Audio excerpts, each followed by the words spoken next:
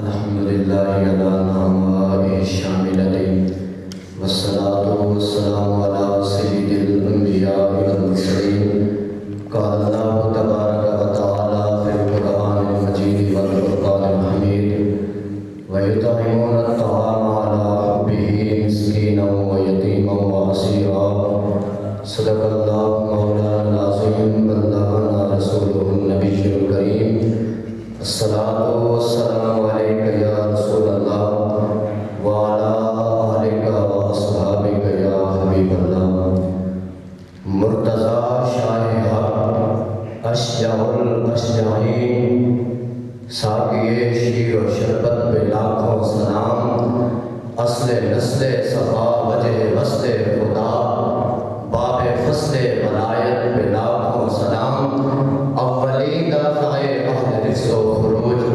چار میر رکن ملت پہ لاکھوں سلام، شیر شمشیر زن شاہ خیبر شکن، پرتو دست قدرت پہ لاکھوں سلام۔ جناب صدر علی وقار جتنے بھی صحابہ کرام علیہ رضوان ہیں، اگر ہم ان کی حیات طیبہ کا مطالعہ کریں تو ہر ایک بنسبت دیگر چمکتا دمکتا منظم مبرہ ہے کہ نظر آئے گا، لیکن جس ہستی پاک کا ذکر خیر آج ہم کرنے لگے ہیں، جناب ابن عم نبی در حل عطا مہر برج انما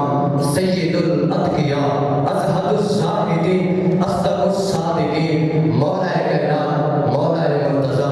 داماد مصطفیٰ جناب امیر المومنین علی بن ابی طالب رضی اللہ تعالی عنہ، آپ کی تو شانیں ہیں ہی برا برا۔ جناب علامہ جلال الدین سیوطی تاریخ الخلفاء میں لکھتے ہیں کہ امام احمد بن حنبل نے فرمایا کہ جتنی شانیں جتنی رفعتیں حضرت مولا کائنات کو حدیث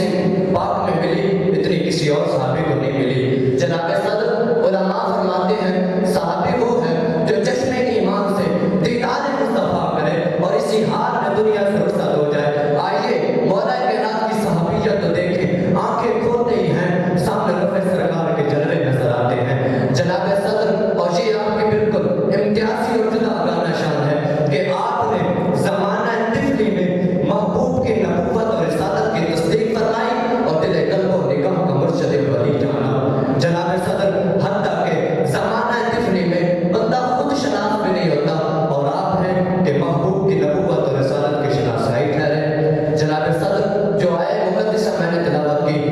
رب کرام نے ارشاد فرمایا وہ کھانا کھلاتے ہیں اس کی محبت میں یتیموں مسکینوں اور اسیروں کو۔ اس کے شان نزول میں علامہ سید نعیم الدین مراد آبادی فرماتے ہیں کہ یہ آیت حضرت مولا کائنات علی المرتضیٰ اور سیدہ فاطمہ الزہرا اور حضرت فضا کے حق میں نازل ہوئی کہ وہ اپنی چاہت اپنی طلب اپنی خواہش ہونے کے باوجود راہ خدا میں یتیموں مسکینوں اور اسیروں کو کھانا کھلاتے ہیں۔ جناب صدر اور وہ لوگ جو مولا علی پر سب و شتم طعن و تشریح کی زبان دراز کرتے ہیں، سن لیں ترمذی شریف کے حدیث پاک ہے عن ابن عمر رضی اللہ تعالی عنہما قال آخر رسول اللہ صلی اللہ علیہ وسلم بین اصحابہ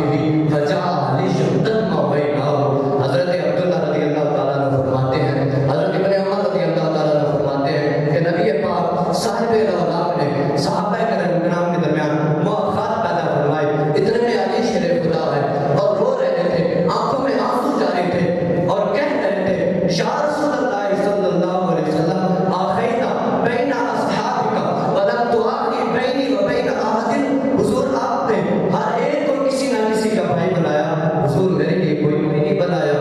بحر رحمت میں بلند و بالا موج اٹھی اور پھر فرمایا انت فی الدنیا والآخرہ